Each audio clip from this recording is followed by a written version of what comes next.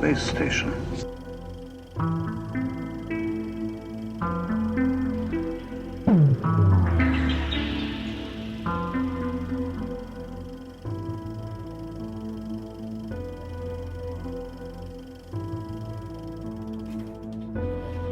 Hey guys, welcome back to the show. Just a reminder, tickets are still available for our conference in Grafton, Illinois, May 13th through the 16th at Pier Marquette Lodge and Conference Center, Rebels of Disclosure. So tickets are selling out. It's starting to fill up, and I was just made aware today that the campground, there's only 10 campsites available left. So if you want to camp and you still want to come, make sure you grab one of those spots. And there's still some lodging and hotels and Airbnbs and stuff in town. So it's not too late to grab a ticket. We encourage all of you to come and hang out with us. It's going to be a lot of fun. There's 4-day passes, 1-day passes. And if you can't make it in person, grab a live stream pass and it will be replayable. A lot of people think they have to be there live, but no, you don't have to watch it live. You have 6 months to watch the replay before the link expires. So take advantage of that. All the information is at rebelsofdisclosure.com. And we would like to invite you to sign up for our brand new email newsletter list at journeytotruth.online, our brand new website. And you will receive weekly to monthly emails with updates and current events and everything that we're up to. We're still kind of figuring out what we're doing with that, but you can go to journeytotruth.online and sign up for that email list there, and you won't miss a thing. So today's guest is Nigel Impey. He is a benevolent reptilian contactee, which is very, very interesting. And it's something that resonates. And a lot of people don't understand that there are benevolent reptilians out there. So I think it's very interesting when we get to interview a contactee who's had experiences with benevolent beings, such as Ken Rolla, if you don't know who he Ken is. Rolla. They and Nicole Frolic, actually, she was another one who had a benevolent reptilian guide. So it's not uncommon, but it's a little more rare than the common narrative that we hear. We don't hear about it nearly as much. We just hear about the negative. And to be fair, it's for good reason. The Draco have been, unfortunately, kind of in control of things for a long time. So, of course, we're going to hear about that more. But a lot of people just tend to think there's only negative reptilians. That's all there. It's like that's not the case at all. There's Right. And it's just like saying there's only negative humans, which is obviously not the case. So, or negative of any race. But welcome to the show, Nigel. We're very excited to hear your story. And basically what I would like you to do is just kind of tell our audience what your first encounter was like with this benevolent reptilian and how that happened. And I understand they gave you a whole download of information, including what your mission is and a whole number of things I'd like to get into, but we can just start there if you'd like. Yeah, sure. Well, firstly, it's a pleasure to be with you guys. And so basically, to start with, before I even encountered the beings themselves, my first sighting of a craft was pretty surreal. I mean, I haven't had a sighting, ever since I was a kid. I never saw anything, growing up, I never saw anything. And it only occurred back in 2014 where I witnessed something, and it was pretty surreal how it all happened because I'd been watching on TV a lot of the UFO and, ancient alien programs with that Giorgio, I can't even say his second name. Tsoukalos. Yeah. You call him Big Hair Guy. Big Hair Guy. Yeah, I refer to him as the guy that stuck his finger in an electric socket. Yeah, right. Exactly. Anyway, so yeah, I'd been watching a load of these programs up until I think it must have got to about 11 p.m. at night, and I decided, right, I'm going to call it a night. Make myself a hot drink, go out into the garden, have a smoke, and then call it a night and go to bed. So I went into the kitchen, fixed myself a drink, went out the back door from the kitchen, which led straight out into the garden. And first thing I noticed, it was a clear night, no wind, it was pretty still. In fact, it felt a bit too quiet, if you know what I mean. It felt sort of like a bit eerie sort of stillness. There was no dogs barking, no cats fighting, no nothing. Not even birds were roosting, or anything. Anyway, didn't really pay a lot of attention to that at the time.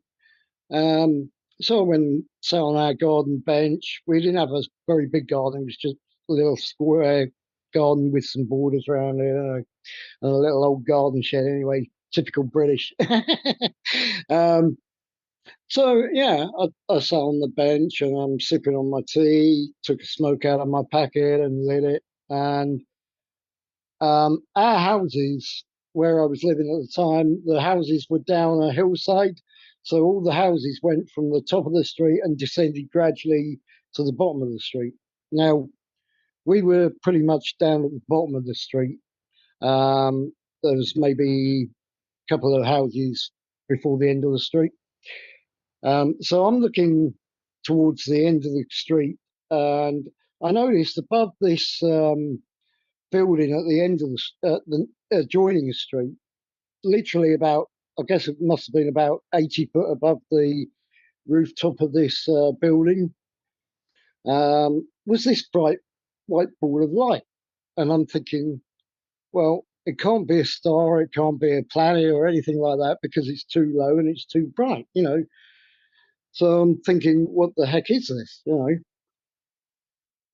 So I'm trying to figure out what it could be. I'm thinking, well, it can't be a plane or any drone or anything because there was no like navigation lights, there was no sound whatsoever coming from it, and it was just sitting there stationary. So I'm just like, trying to figure out in my head, what is this?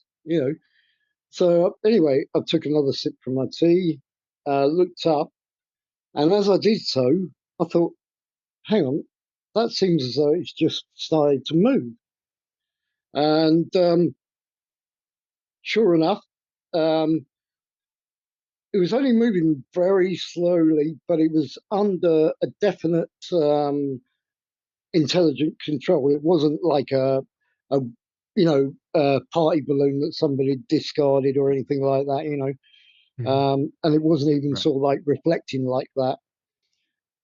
And by this time, I'm like now transfixed with this thing, like watching as it got closer and closer and closer towards me, to the point where it was literally over the top of my head. I'm looking up at this thing and I'm thinking, WTF. Mhm. And I couldn't make out any sort of like physical structure or, anything to it. It was just like a very intense light, which basically I had to eventually look away from because it was that bright. It was like staring into a spotlight in a, um, in a gig or something. Anyway, I stood up and turned round as this thing sort of like started creeping away from me towards the top end of the gardens. And then literally it just sort of like somebody had a big tree in their backyard, and this thing just sort of like disappeared behind the tree, and that was the last I saw of it. And I just stood there, mouth down to my feet, and thinking, what the hell was that? And then after that, basically, I joined Facebook, and because I wanted to get answers whether you know other people had seen similar things, and whether I was just imagining it or whether I was going crazy, or asking all these questions about myself, thinking, am I losing the plot, or you and sure enough, when I joined Facebook, I got into all the different groups, and found that other people had seen stuff like this, and um, anyway, about 3 or 4 nights later, um, I'm then home just chilling on the couch watching TV. I can't even remember what I was watching now, but anyway, So 1 minute I'm laying on the couch watching TV. I don't even recall falling asleep or anything like that. Next minute, I'm not at home. I'm in a different total place. I was literally in a room it was a pretty largish room, um, and the walls had like a glow coming from, like a bioluminescent glow, like those glow sticks. If you have to break them and Right. shake them, and it gives out a sort of like a luminescent glow, like a green glow. It was like that coming from the walls, and I noticed that I was sitting behind a table which looked like one of these, like, I don't know, like a dentist table, like these brushed aluminium looking tables, Right. or like a catering table or something like that. Anyway, I'm sitting behind this table, and slightly to the left of me, in front of me, was what I can only describe as one of the graves. I couldn't tell you whether it was one of the short ones or tall ones, because obviously sitting down. Um, but it wasn't sort of like totally grey. It looked sort of more like a whitish grey, if you get what I mean. Mm. Anyway, but there was no like interaction between me and this grey. It just sort of like it was looking away from me, to the side. So I'm like just sitting there thinking, am I imagining this? Um, but I noticed everything seemed so vivid, so detailed. I could make out every detail of everything. Next thing, bearing in mind, there was no actual like doorways in this room, so I thought that was a bit odd. There's this being sat there, I'm sat there, but there's no doorways. Anyway, next thing, suddenly behind the grate appeared this 8 to 9 foot tall reptilian humanoid. Now it was pretty like muscular physique. Um, the scales he had was similar to, if you know what a bearded green iguana lizard looks like, Mm-hmm. sort of like a light and a dark sort of like scale pattern. That's what he looked like. And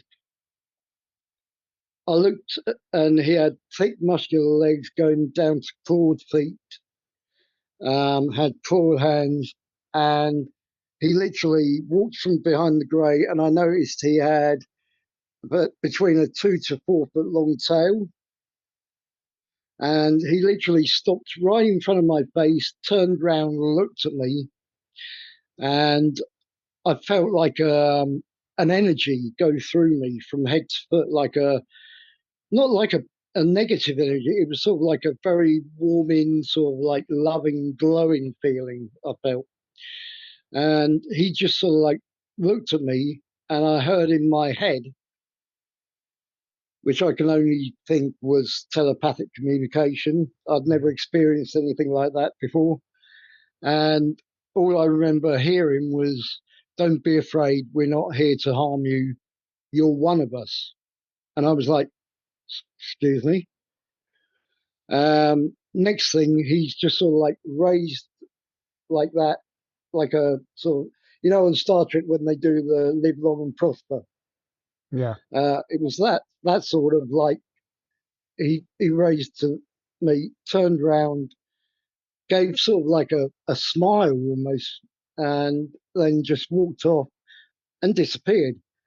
And next thing, bearing in mind I was laying down before this happened, I was bolt upright, exclaiming to myself, "WTF, that was no dream." Wow. So you weren't, so you basically thought you fell asleep, or you just laid down this fall asleep, and you basically were transported to another reality on a ship somewhere. Yeah, And when it ended, you were no longer laying down, you were sitting up. no, I was bolt upright on the couch. Wow. Oh, And then after this happened, at the time I was doing some casual um, bus driving work. Because originally I was a transit bus driver, and then I stopped doing full time and went into sort of like working for small operators doing school buses. Yeah, for my sin. Tour bus driving, nightclub bus driving for university students, and so the thing was where I was doing the work, it was back at where I'm originally from. And so it meant me driving like about an hour to go down there to do the work, and then coming back afterwards, sort of like early hours of the morning. Um, but sometimes they'd have more than one night's work for me doing the nightclub bus driving. So I'd stay down there, sleep in my car, save on fuel, because fuel was starting to get very expensive. And so, yeah, I'd take a sleeping bag and crash out in my car. And this one night, I was asleep in my car. All of a sudden, I heard somebody calling my name. And I'm thinking, you know, as one of the guys from work come into the yard or trying to wake me up or something. Um, and I came to and I looked to the yard gates, and they were still locked because I locked them up after everybody had gone out. So, for security. So, yeah, there was nobody about. And I laid back down again, trying to get back to sleep again. And I heard my name called again. And I'm like, what the hell's going on? Who's calling me? And then I heard, you know who's calling you. You know who we are. Mm. And basically, they told me, like, we've got things to discuss with you and tell you. And basically, they went through, how I came to be here, my mission. This wasn't all in one time. It was over a period of time. You know, one time they'd tell me this, and another time they'd tell me that, and it all culminated with basically me tracking back through my life, to where you know things started to make sense then that they didn't at the time. You know, Right. like I was very much bullied at, ever since I was at sort of like junior school, right through my education. I didn't do very well with my qualifications because of that. I was pretty much of a loner. I didn't fit in with the other kids.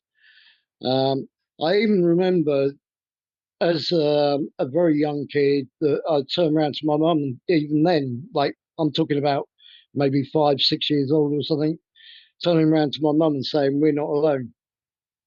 Mm-hmm. And also at the time, I was scared to sleep without a light on in my room, or even in, if my mum would leave the hallway light on, with a crack in the door, so I've got some light source coming in, because I was always saying to my mum that there was a monster under my bed. And I'm thinking afterwards, when I looked back, I was thinking, well, maybe it wasn't a monster. Maybe I was being visited back then. Most Because likely. they say, a lot of kids have encounters at early ages, Right. and that sort of age. Mm-hmm. So maybe, it was, yeah.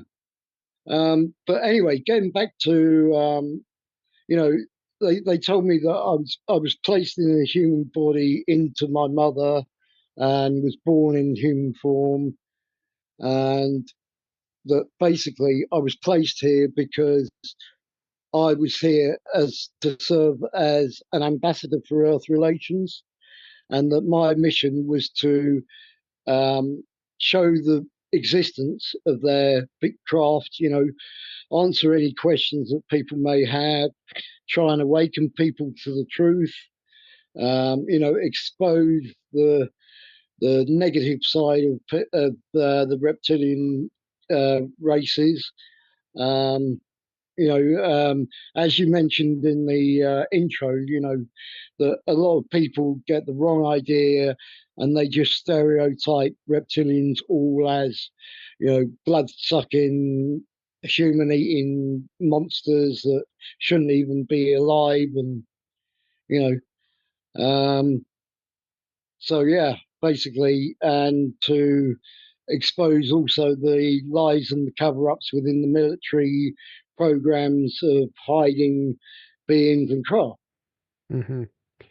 Yeah, so there's a lot to unpack there. So let's go back to you being one of them. Did they give you any more specific details about where they actually are from, where they reside? Because I know like the Alpha Draconians come from Alpha Draconis, star system. So Yeah. do they come from a different star system completely? Well, originally, we actually originated from Earth, inner Earth, Oh yeah, Right. Agartha. Agartha, yeah. yeah. So We, but we the benevolent reptilians were from Agartha. Okay. Well, originally we were on the surface, but when the alphas took over, we were basically forced underground. So yeah, but we did have another planet that the Dracos actually stole from us, and made us basically forced us to find another planet, which for security reasons, I'm not allowed to mention where it is, and what it is. But um, yeah, we are actually descended from the dragon. Mm, that's very interesting. So the dragon realm is something that's been coming up a lot more. I think this is the year of the dragon, isn't it? Right It now? is. Yep. Yeah. Yeah, And they just mainstream just announced they discovered a full body skeleton of a dragon or a fossil of a dragon, something like that. Like they're acknowledging, oh, they actually did exist. It's not just a myth and legend. So they're entering the collective consciousness now. No coincidence, in my opinion. So your race was a descendant of the dragons. And so, okay, you mentioned in a previous interview there were vril reptilians. Can you elaborate on that a little more? yeah. That's basically uh, our lineage is from the real reptilians, not to be confused with the real Dawn, which is to do with the Nazis and stuff like that. But yeah, so the Vril were a royal race of dragons back in many aeons ago, So yeah, we are of the royal line. So that's interesting because I know the Not vril, not not to be mistaken with the royal line of the British royalty, Yeah. which are the Draco line. right, Alpha Draco. Yeah. right. Not every royal bloodline is actually a negative bloodline. So Yeah, what's interesting is the vril is described as being like a free energy source, right? As far yeah, as I understand. So I wonder where it originally got its name. Was it from the dragons, from the yeah. royal line of the dragons? And then It was, yeah, because obviously the coming race, the book, the coming race talked about the Germans going to inner Earth looking for this real energy, right? So obviously they had foreknowledge of this from expeditions years yeah. prior. Yeah. I mean, basically, the energy that used in the craft, which I have seen in the craft. I've even actually piloted a craft. Basically, the energy comes from crystals. Yeah. Okay.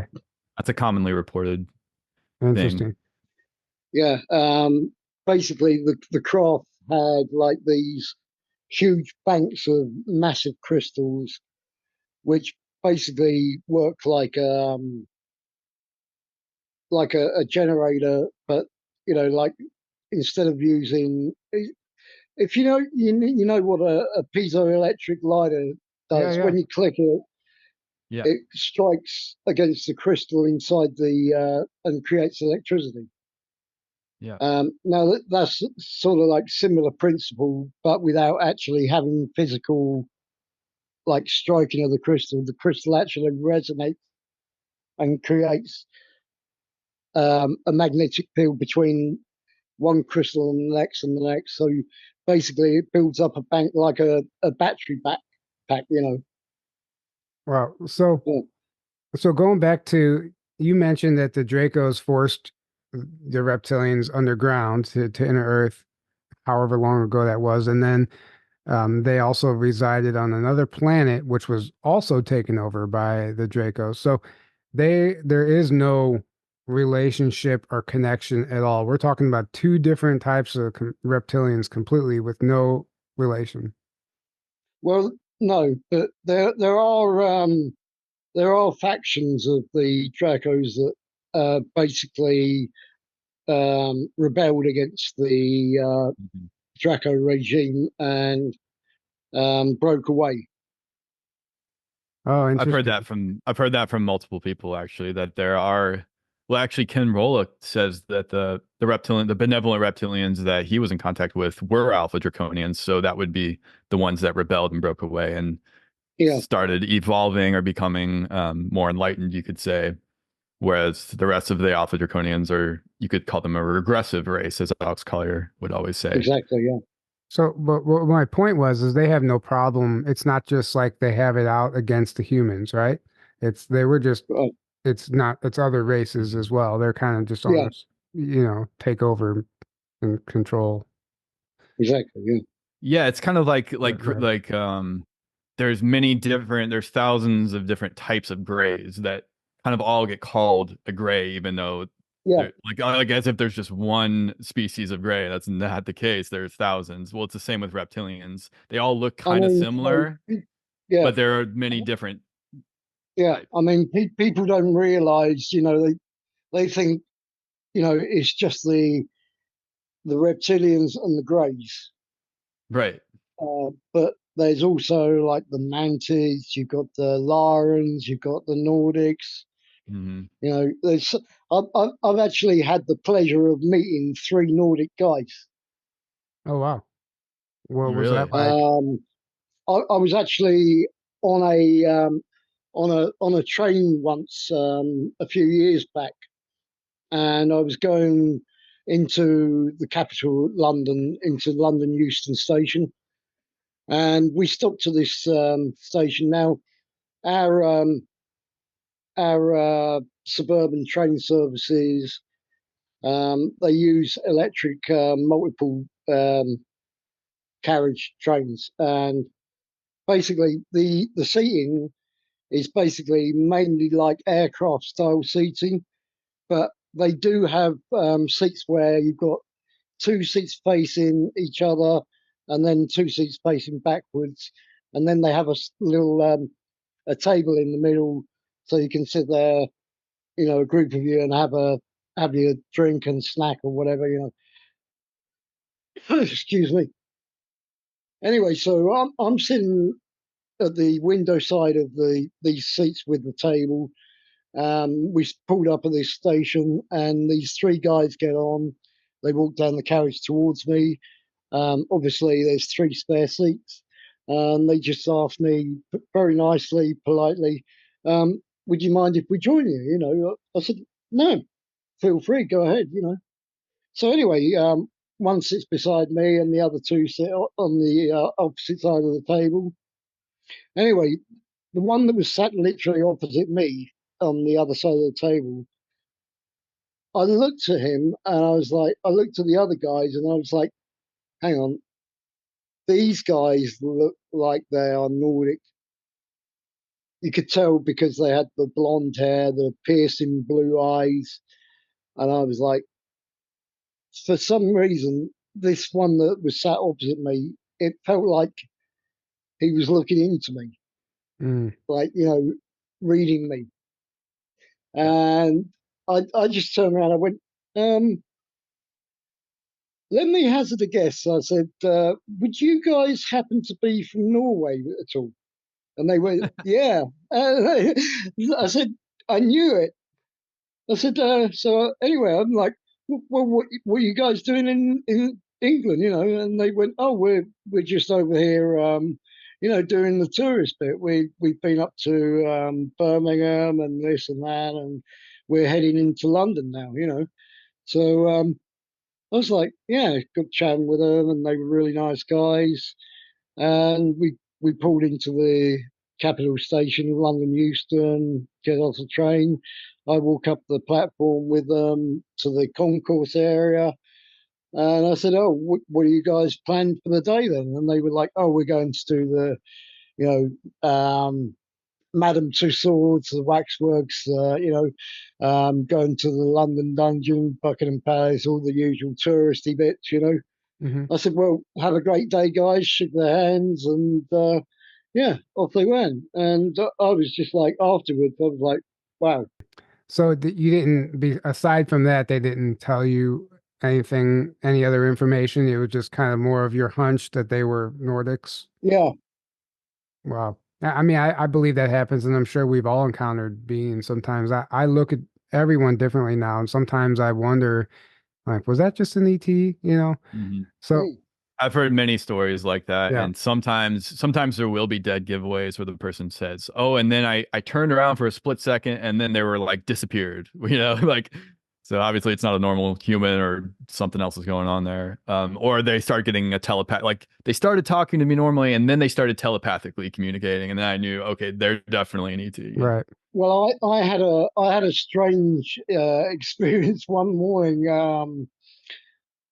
Uh, I'm an early riser, you know. I get up with the crack of dawn, you know, when the birds start singing, and I've always been like that because the work I've always been doing has been like driving work of some description. You know, I used to do delivery work and stuff like that. So sometimes I'd be out on the road like early in the morning, like maybe even 2:30 a.m. in the morning. Right. Um, so you know, me and getting up early is no problem. You know, but anyway, this one morning I woke up. It was about 5 a.m. Just before 5 a.m., I'd run out of smoke, so I had to go to the local store, which is literally 2 minutes walk away from home, which is handy. You know, we've got takeaways, we've got yeah, right on our doorstep. You know, anyway, I'm walking towards the store, and you know, normally the only people I encounter if I'm up that early going to the store to get my smokes and a drink is people going to work. You know, you can tell the people that are going to work because they're wearing their high vis jackets and whatever. You know. Anyway, before I even got to the shop, this was the weird bit. There was two guys walking the opposite way, not to the shop, but away from the shop, which I don't normally encounter anyone walking away from the shop towards me. Um, there was two guys, and as they got level with me, I couldn't really make, they were wearing dark clothing. I couldn't really make out any facial features or anything. One of them just turned around, looked at me, and I didn't even see him say anything physically. I just heard in my head, oh, there's Snake Man or something, and started laughing with the other guy. And as you say, next thing I've looked and they vanished. Mm-hmm. So what did they say in your head? Oh, look, they were like laughing and saying, oh, there's Snake Guy. Oh, snake guy. Oh, Oh, this snake guy. that's They knew you that's were a interesting. reptilian being. Yeah, interesting. So have you, that's very interesting. Have you encountered any of the Draco, any of the negative ones in your time here? Uh, yeah, unfortunately I have. What was that like? And I got a lot of negative attacks.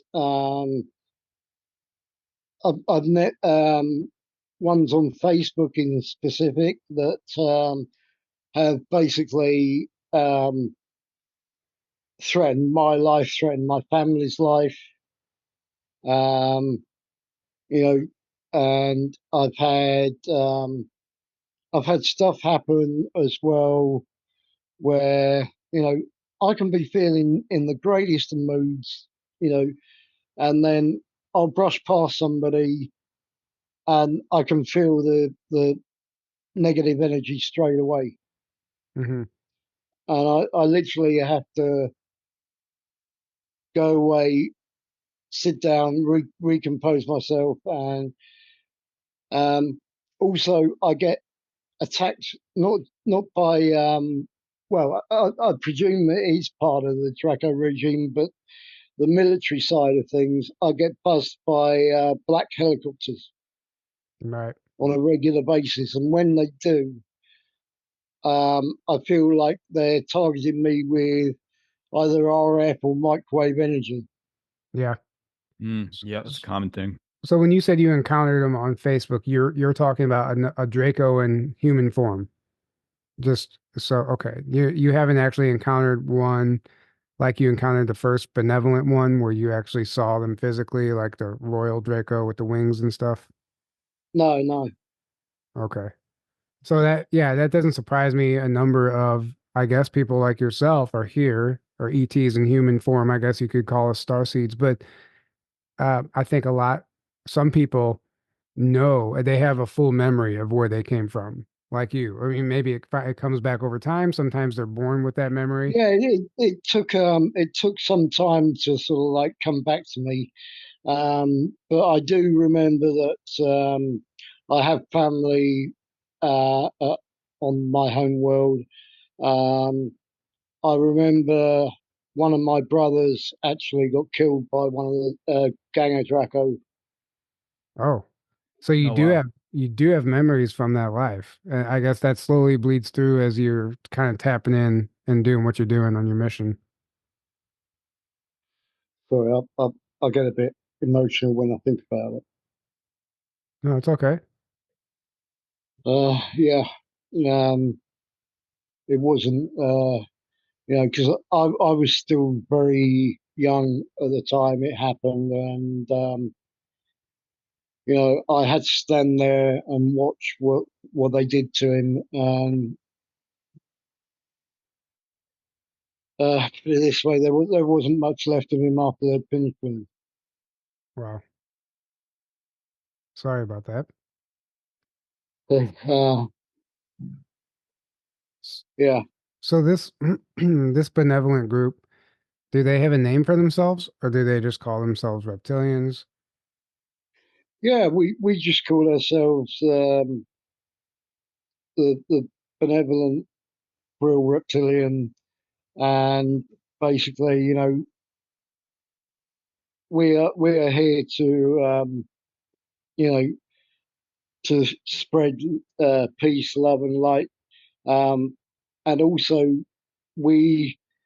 People say about like the cattle mutilations and stuff like that, and the reptilians were involved with that. Um, Sense. Now, our race is one like basically when I was growing up in my human body with my Earth family. I had my grandmother. She was an elderly lady. She was from back in the World War II era. She was you my mum now is like 81. So um, basically my grandmother, she lived like off the land. Basically because during wartime, obviously, you know, fruits and vegetables were very expensive, very hard to come by. Greengrocers, and meat and everything was very rationed. It was like you had to survive on stuff like these tins of beef, bully beef or whatever they call it, and powdered eggs and things like this. Everything, as I say, was rationed. So my grandma, she had a big house with a big garden, and literally she grew everything possible. She grew, soft fruits, hard fruits, vegetables of all descriptions. It was like literally you couldn't walk in her house without something cooking or baking or whatever. She was always making cakes, making stews, making whatever. Hmm. And you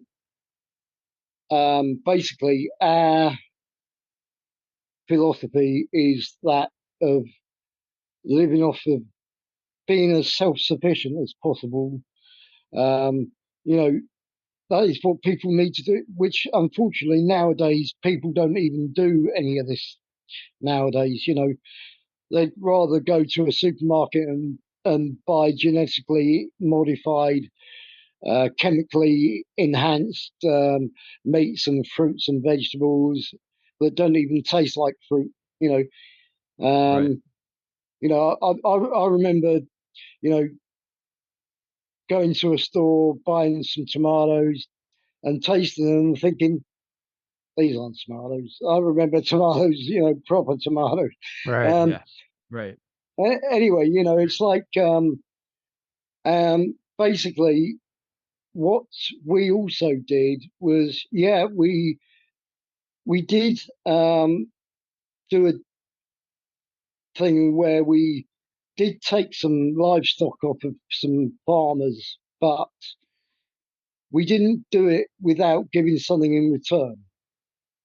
Basically, what we did, if we took, say, a pair of cattle, like a breeding pair of cattle or chickens or pigs or whatever, what we would do, we would give the farmer's family or the farmer himself gifts like, say, for example, he had a young daughter that was learning to play a musical instrument. We would give them the talent to be successful in that, or if there was an artist in the family or whatever, we'd give them Yeah, the the um, the that's a gift. really that's a really interesting concept. So basically they would take the cattle, but in exchange bless their daughter or whoever with a gift or whatever the gift may be, something Yeah, that will enhance their lives. yeah, exactly. Wow. I mean, if a farmer's land wasn't, producing crops very well, we would treat the crops and the land to yield better crops. So this brings up an interesting question. So are what does the situation look like right now between them and the Draco that are here now? I know because all this chemtrails and terraforming and the poisoning and everything that's happening, which we've heard from guys like William Tompkins, it comes from the reptilian tankers. So is there some sort of feud between them right now behind the scenes that we're unaware Well, of? the benevolent side are fighting the other side, yes, and we are basically counteracting what they're doing. I mean, yeah, as you mentioned, the chemtrails, but our side are using specialist laser equipment to neutralize the chemtrails. So if you may have noticed that, there can be chemtrails one moment and then the sky suddenly clears. Yeah. I have noticed Yeah, that. Yeah. So that's our side. That's our side counteracting what they're doing. wow. Um, Amazing.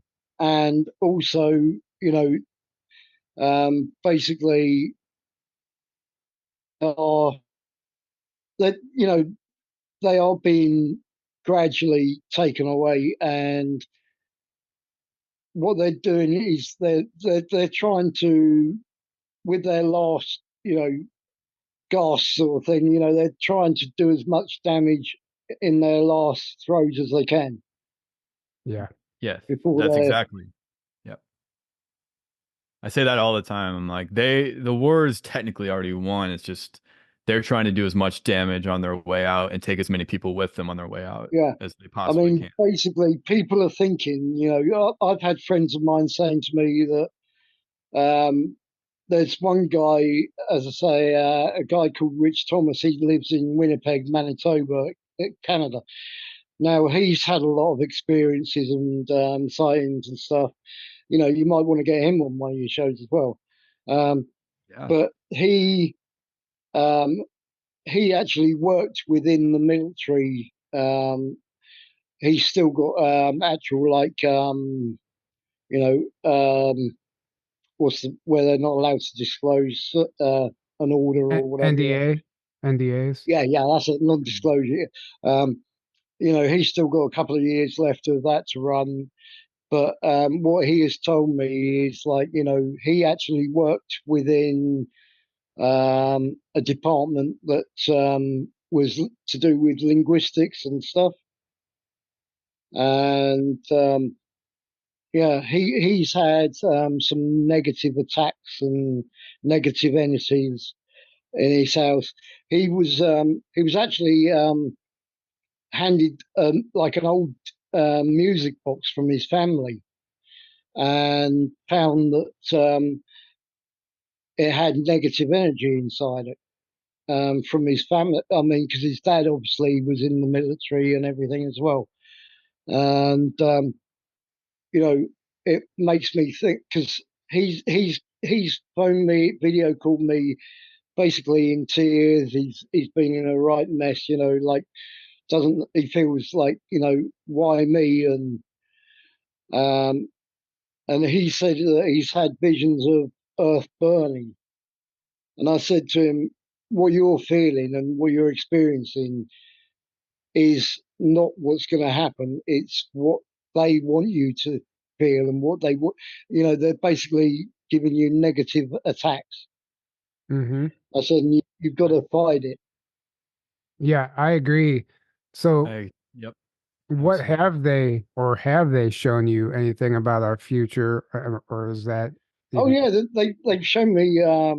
Basically, it's like a utopia. It's like as I said to you before about my grandma growing her own fruits and vegetables and everything. You know, land is going to be more fertile again. People are going to have more space, because you know the areas where commerce and stuff is going to happen isn't going to be as, like, a lot of people are going to be working on the lands and stuff again. Mm, yeah, Beautiful. I definitely feel that's the case, but right now, obviously, everything just has to. I mean, the machine's going to consume itself until it's just completely gone, So, and we're in that process right now, and everyone's kicking and screaming, and a lot of people don't really understand the bigger picture, so they're still playing off of that fear, and loot harvesting off of that fear. So we have a little ways to go, but definitely I agree there's a bright future for sure. Yeah. Are you in telepathic communication currently? Like, do you know any of their names and like where they Yeah, reside? I'm in contact with. I've got a ship that looks it guards over me, and I'm in contact with the ship commander, which is Guard, Garrgh, and the chief engineer is called Tarrgh. And the chief engineer isn't just like engineer in respect to the craft itself. He's also a hydroponics engineer, uh, growing fruits and vegetables and stuff like that. And basically, has even asked me what fruits and vegetables I can recommend and things like that. And And this all happens telepathically, like through yeah, meditation, or yeah, it's just comes through telepathically. wow, that's incredible. Yeah, And like and I forgot to mention, as I say, when I was on the ship as well, I said that I actually controlled this. They showed me how to control the ship, which basically um, is like by mind, but you have to have a physical connection to an interface like a pad on the control desk. Yeah. And basically, it takes some concentration to actually use it. It's like because you've got to focus on how fast you want to go, which direction, to within degrees. And that aligns with a lot of testimonies. And it's interesting the hand thing. It's apparent that there is some sort of physical connection. You put your hand inside of it, and it's a mind connection, but it's also It's like physical. it's like actually sort of like a living sort of like a um, biomechanical. Um, I mean, and as well the actual. I should have actually sent you some of my images because the actual outside of the craft, um, when they're like cloaked, they can be cloaked to blend in with any situation. Like you can have a clear sky. I've witnessed where I've been looking up at the sky and I've caught a metallic glint out the corner of my eye. And there's been no planes around, no plane noise or anything. I've just seen this glint and I videoed it and I captured a craft cloaked. Mm, They gave me the tools basically when I first started seeing things. They they directed me to Play Store to these specific photo software and video software to enhance the pictures of the video that I take. So I take screenshots and then I enhance them, I brighten them, sharpen them, and then run them through filters, and it unveils what's hidden. And basically, the outside of the craft, if you imagine like you've got a circuit board for a computer, you've got the CPU unit, you've got the graphics cards, everything's slotted into specific slots, and there's tracks that join the various components. Now imagine the craft, the outside of the skin of the craft may look flat, but they can actually alter it to emit different lighting patterns. They can change the shape of the craft to fit in. um, if you've seen these people say, "Oh, it's just lenticular clouds." right. Right. So I see. So they can make it like a certain cloud formation, or could they even appear as a black helicopter, maybe something like that, if they wanted Oh to? yeah, yeah, yeah. I've witnessed that myself. I've actually had at night time. What they do is they come out making it look and sound like maybe like a police helicopter that's on patrol, and they'll just sort of like move around, Yeah. but they don't move around like a police helicopter would, and the lighting pattern doesn't quite seem right, and the sound, it definitely sounds like it's um, like synthesized. Yeah. It's just enough to trick the bystander into thinking that it's just a helicopter, right? Yeah. Yeah, I mean the amount of people when I first started witnessing, and I put my posts onto various groups on Facebook, I got ridiculed. Like I was told that I was crazy, delusional. I was told that, oh yeah, it's just a plane. You can see the navigation lights and everything. And they say I've had even like them saying to me like, oh well, why would aliens need navigation lights? Um, Well, imagine if you're out in the depths of space and you've got another craft that, even though you may have, um, you know, sensors that are way beyond sensors that we have down here on Earth, there's still that risk of, maybe one of the sensors go down and you don't see a craft in front of you or to the side of you, and Or, you cut across the, or maybe you those know, maybe those lights are part of the illusion. Maybe that's part of what they're masking, they're showing you, appearing yeah, in, right? exactly, yeah. It's like, you know, take notice sort of thing, yeah. Right.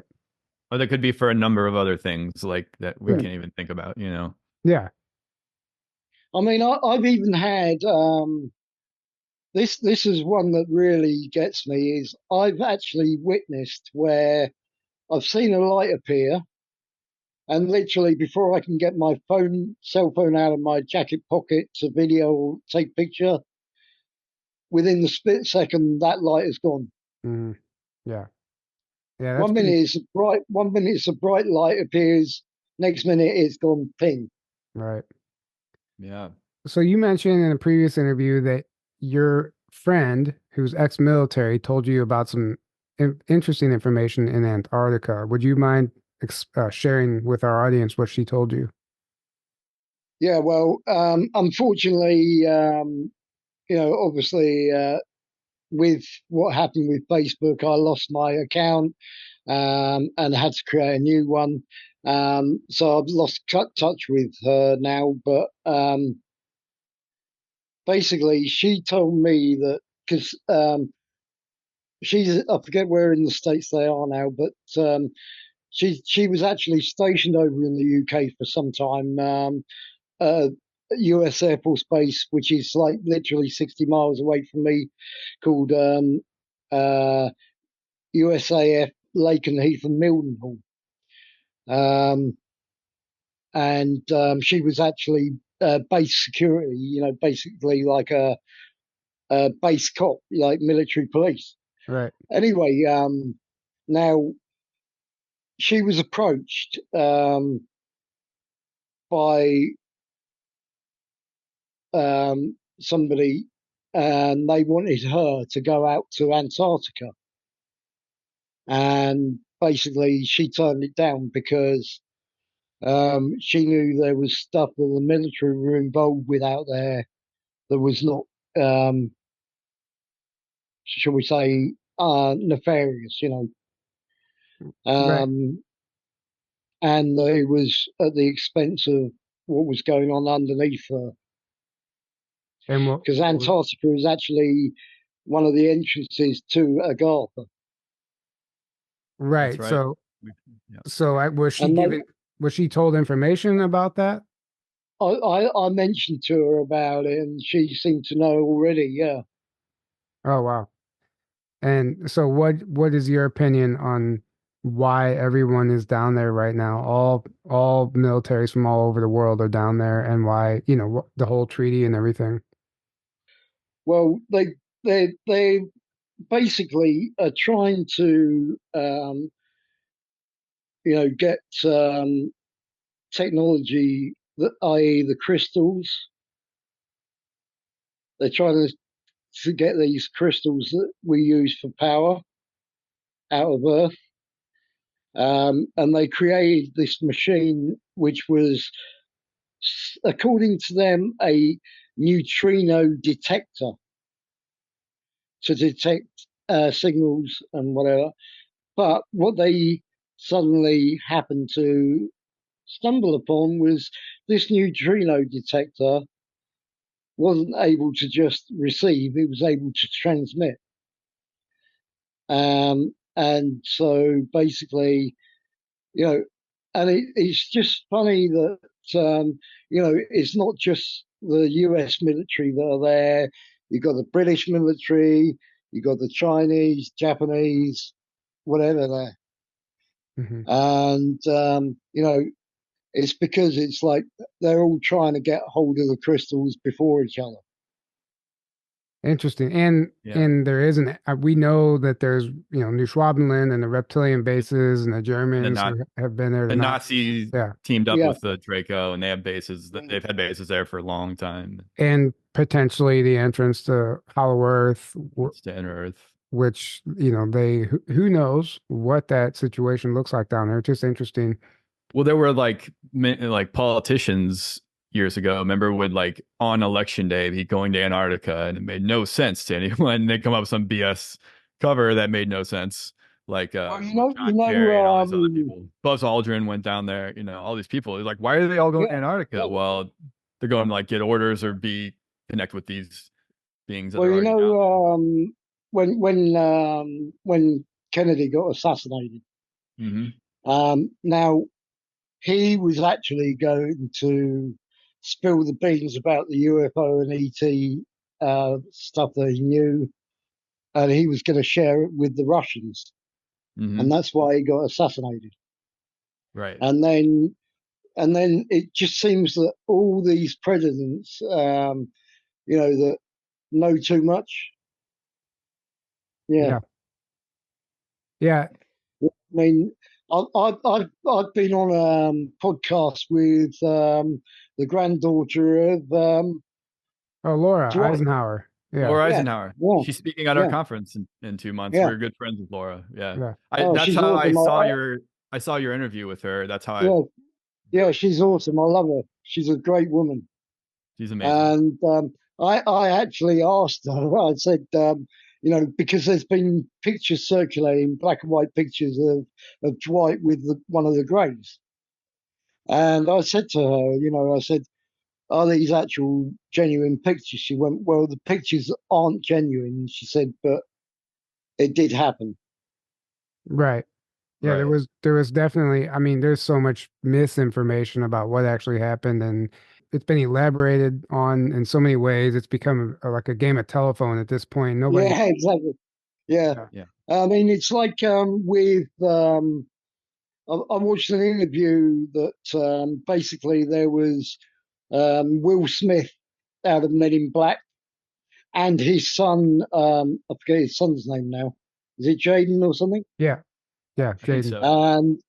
And they were doing an interview with Barack Obama, and Jaden turns around to Barack and says to him, like just out of the blue, do aliens exist? And Will Smith looked at him and went like, I can't believe you just said that to Barack Obama.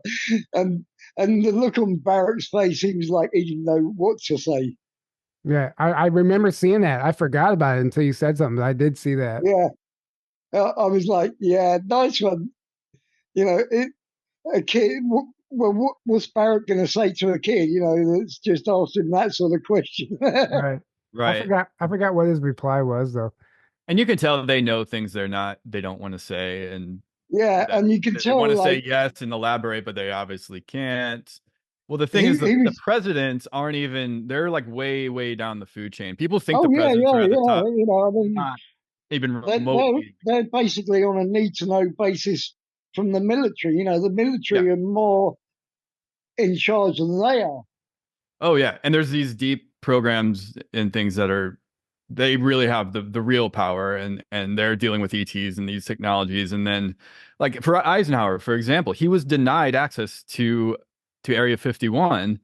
Hmm. And he was like, who are you to tell me, the president, that I can't have access? And he threatened to bring the first army out of Colorado to invade the base and take it over because he was furious. Well, so by the time he was president, the power was already well out of the hands of the president, if it ever was.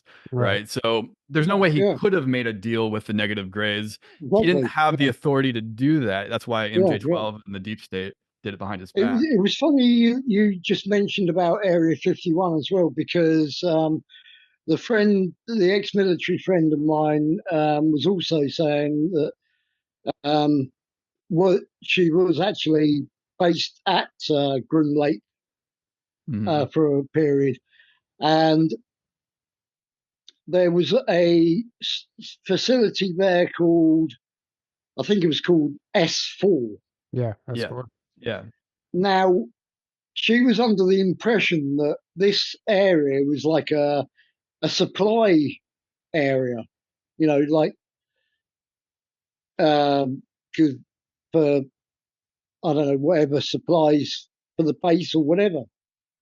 But it was funny that she wanted to go into this S4, and she was basically told there is no way you will ever get into S4. Right. And she's like, well, why don't I get into a storage facility?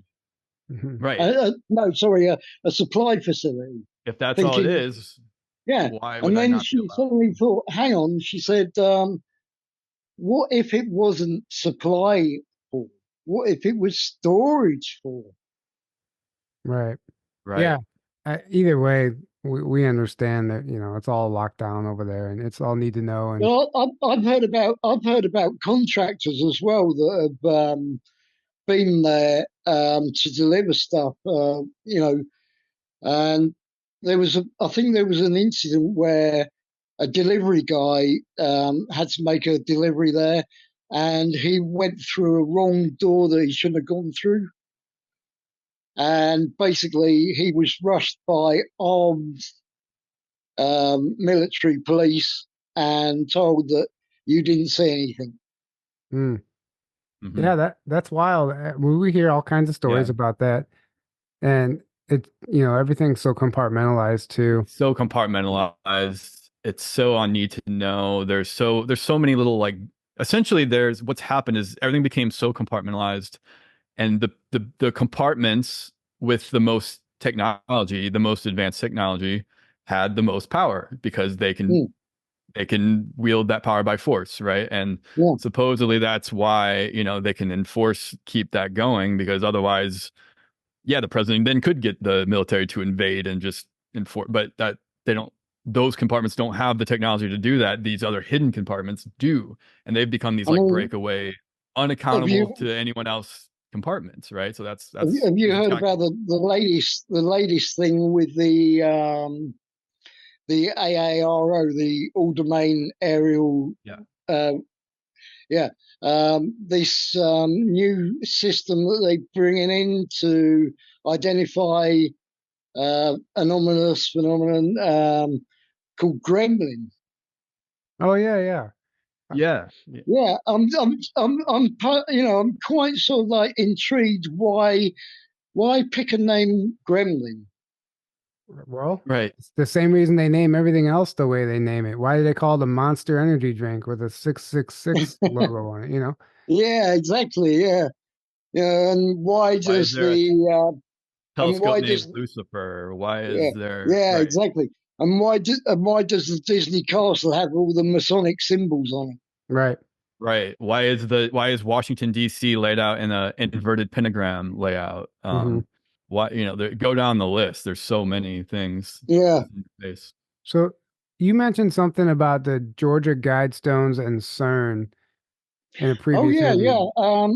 I was actually in touch with a guy who had encounters with the Greys. I can't remember whether it was the tall Greys or the short Greys. Anyway, but he was doing a podcast, and I watched it. And during the podcast, he mentioned about the Georgia Guidestones being destroyed, and basically, he said that that was the Greys warning about because they were starting to ramp up um, the energy with CERN, the Hadron Collider, and basically that was their sort of like warning to them, like, you guys don't know what you're messing with. Stop what you're doing. Well, what were they 'Cause, concerned with? What would happen with CERN? well, if they keep ramping up the energy with CERN, they're gonna basically create a rift. In In space time? time, Yeah. or blow up Which, the planet, or you create a giant black hole that sucks in everything. There's a right. number of Yeah, Yeah, Things that could happen. I think there's a yeah. reality to that most people aren't willing to accept, and a lot of people are willing to call bullshit on. But I think that's the whole game here. Reading the Sands of Time books that we've been talking about lately, Sean David Morton's books, it's all about the early time travel experiments and them literally creating tears in the space-time continuum in our reality, in our universe, and opening portals to other dimensions and allowing things in and losing control over our airspace, our planet, our atmosphere. And there's Well, yeah, go ahead. it was funny because saying about portals, because a friend of mine sent me a video. It was of a MUFON symposium. Hmm. Now, he was talking about this engineer guy, draftsman that worked within the military. I forget the guy's name now. But this guy was tasked with reverse engineering craft and technology. And they were saying basically that the way that to this guy that was doing the symposium, basically that the technology that we know about currently, we are 1,000 years ahead of that Yeah, as it Oh stands yeah. right now. We have the capability and the craft to go to the center of our galaxy within 45 minutes. yeah, I Yep. I believe And that. also, the Pentagon has a portal to the moon, which, by the way, is not a moon that is, you know, a planet. It's a actual craft with inside of a shell. Right. It's a command center. Yeah. Yeah, yeah. Yeah, so that's very interesting. And In those literally, this portal to the from the Pentagon to the moon, they can leave the Pentagon, be at the moon in 5 minutes flat, and yeah. then have a meeting in the moon, and then be back in 5 minutes again. Yeah. Yeah, Yeah. absolutely. That information is also covered in the Sands of Time series, but the Pentagon also has below ground at the Pentagon actually has what you could call housing for extraterrestrial ambassadors and people of that nature. And there is very much a portal there from there to the moon and from Area 51 and a number of other bases, basically with their time runner technology. When they make a jump, when they make any sort of jump from one location to another, it opens a portal that's Yeah, protected, but that's protected by the technology, the energy field that the technology that they've developed. exactly. I mean, look at what happened with the Miami Mall incident. Right. Yeah, Uh, that's interesting. well, Right. apparently that was a case of a misdialed location. Basically, if you take the coordinates, the map coordinates for the Miami Mall, and you turn the numbers the opposite way, Right. it comes up with Antarctica.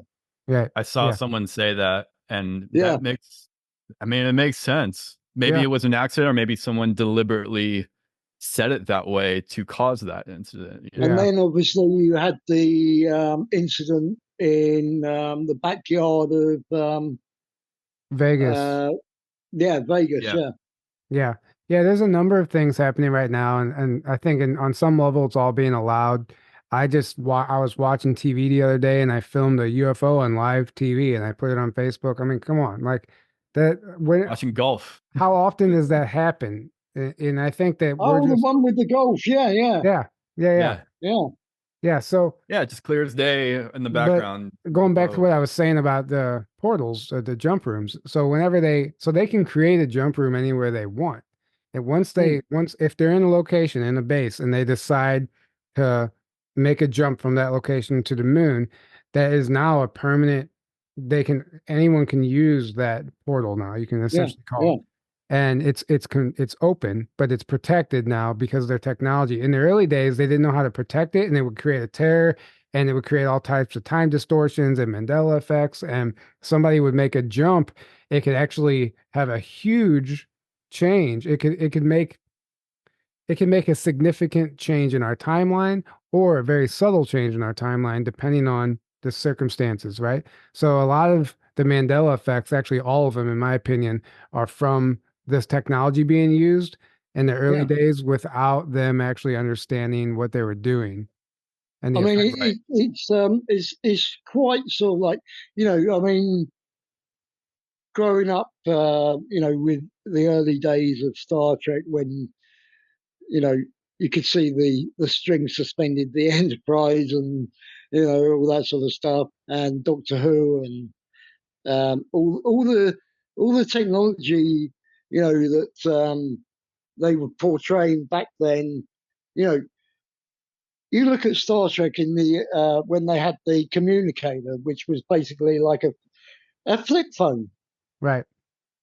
And then all of a sudden, along comes a Motorola flip phone that looks like the Starship communicator. Yeah. Right. And then, years later, if somebody had said to you, like back in the 60s, like, hey, we're going to have phones that you can access the internet, you can take high resolution videos, you can take pictures with them like a film camera, but without film, people would think you were crazy. Right. Right. Well, if Tesla was some, talking about all this stuff in the 19 teens and 20s. He's like, oh yeah, there would be wireless communication. I mean, even the internet Wireless. started out. The internet actually started out not as not we didn't have access to the internet, but guess who had access to the internet? And what was it called? It was called DARPANET. right. Right. Right. It was a It DARPA. was the Defense Advanced Research Projects. Mhm. Yeah. It was Yeah, Right. there You know now. what else? You know what else was a DARPA creation? Facebook. It was yeah. called Life. It was called LifeLog, and the day they say LifeLog ended is the day that Facebook was created. It was just LifeLog renamed as Facebook and released to the public. Right. And DARPA, like you said, also just created the internet in general. And I'm sure there was, supposedly for nefarious purposes for what they wanted to use for their agendas, but the only way they could do that was to release it publicly. And luckily, it's been flipped on them and used actually to help the awakening and to help us all connect and expand our consciousness Exactly. instead. Mhm. Yeah. So, is there any last words that you would like to leave us with? Any messages from your benevolent group of reptilians that you would like to leave our audience with before we wrap this up? Yeah. Basically, to keep positive. Um, not let negative energy take you down. There is hope on the horizon. You know, and to try and even if you only have like a window box or something, maybe try and grow some fruits or vegetables. Um, and watch what you eat because a lot of the stuff out there is modified by a company called Monsanto, which is part of the Rothschild dynasty. And also what I will say is to try and help anyone that you can in any way possible. Be kind to each other, unite with each other. Um, if somebody's struggling, like, I mean, I've had good friends of mine help me out because just before Christmas, actually, the powers that be decided that I was no longer serious enough disability to get my disability payment. I had a phone review, which I told them my condition had got worse, not better. And then I get a letter through um, as of the 18th of December 2023, we cannot pay you your PIP disability because your condition has improved. Hmm. So I'm waiting now for an appeal of that. So basically, now me and my partner are surviving on one benefit. which out of that has to and has to come rent, utilities, everything else. We're left with basically nothing, and you know the powers that be think this is fine, to treat people like that. But I've had some very good friends that have been awesome and helped out with financial help, even in the States and in Canada. I can't. I was beginning to think that you know there aren't any decent human beings left about, but with people acting and showing me kindness like they have, you know, it's restored my faith in humanity a lot. Um, and more people need to help each other. If somebody's struggling, help them out. It's like I was just watching earlier, a guy on YouTube has been going around, basically, um, getting people to make food for the homeless, and because me and my partner were homeless for 4 months during COVID. We were in a two-man tent in a park, and um, back in 2021, we got you know back into private renting, and that's where we are now. Yeah, I agree, and that's beautiful when people Yeah. come forward and the help is out there if you're willing to receive it. A lot of people think they can do it on their own, and we're all here to help each other. So when you start speaking your truth and sharing your story, you never know who's going to show up and what opportunities will present themselves. So that's a beautiful message to end with. And yeah, and when you need help, do not be afraid to ask for help. And like you said, I do believe there are way more uh, loving humans and beautiful humans that will help you when they see you in need, than Right. there are people that won't. Because But at our core, I, humanity is I was actually given the gift of ESP and empathy, and I can read people, and I can feel their energies and everything. And you know, I can feel you guys right now, through the phone, and I can tell that you guys are the most loving, caring people out there. And I'm glad to have your friendship, and it's just a shame that I'm across the pond from you guys. Otherwise, I'd be over there giving you a great big hug. Well, oh, that's beautiful. Thank you absolutely. for Thank sharing you that. so much. And likewise, we feel the Likewise. same. And yeah, one day we'll all unite. That's definitely for sure. It won't always be Oh like yeah, this.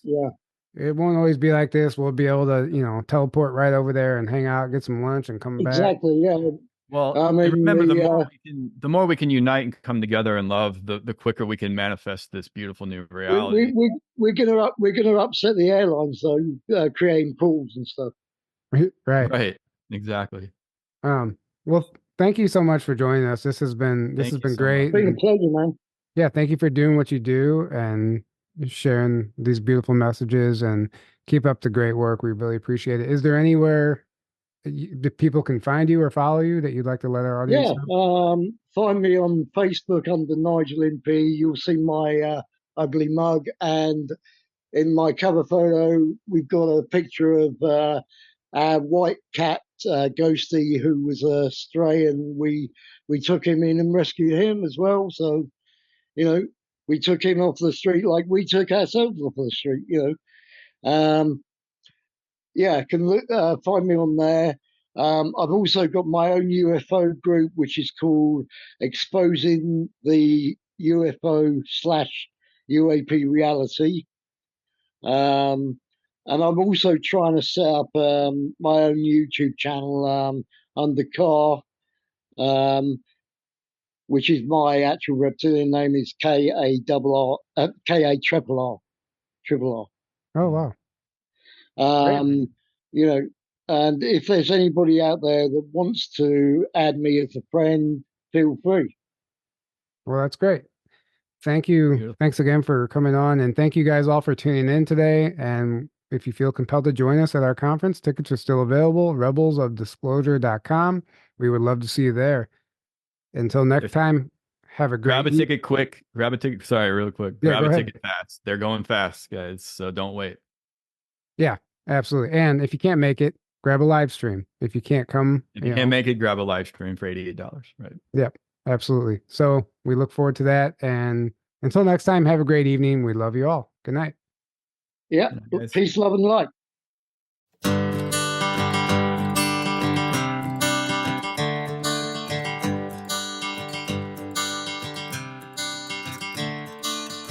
Another turning point, a fork stuck in the road.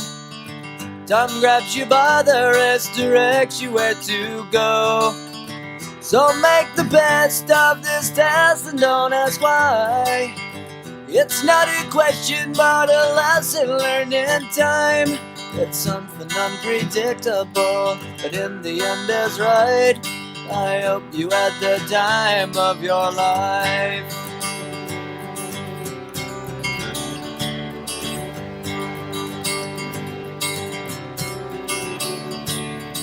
So take the photographs and still frames in your mind, hanging on a shelf in good health and good time. Tattoos and memories and dead skin on trial. For what it's worth, it was worth all the while. It's something unpredictable, but in the end is right. I hope you had the time of your life.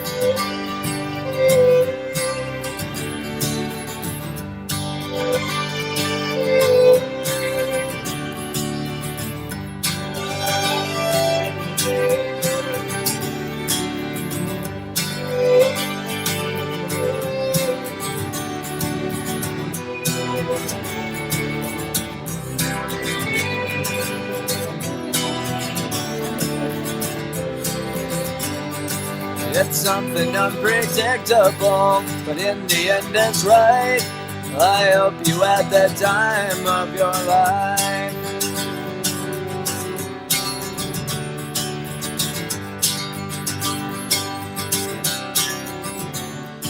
It's something unpredictable, but in the end is right. I hope you had the time. Actually, I was quoting Sherry.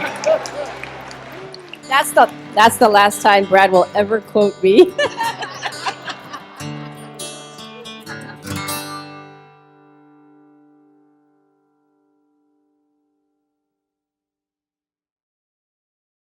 Hey guys, we hope you can join us this year at the Rebels of Disclosure Conference in Grafton, Illinois at the Pure Marquette Lodge and Conference Center, May 13th through the 16th. As you can see, we have tons of fun. We made some great memories, and we just wanted to take this opportunity to extend the invite to all of you who've never been. It's so much fun, and it's so important to connect with Soul Family, and we just really look forward to seeing everyone out there. Yeah, I hope to see you all there. It's a blast. It's really something that you have to experience to know how amazing it is, and it's so much more than just the speakers. It's an amazing time, and it's amazing to connect with Soul Family. So we hope to see you all there. And all that information is below at rebelsofdisclosure.com. So grab a ticket and join us. We hope to see you there.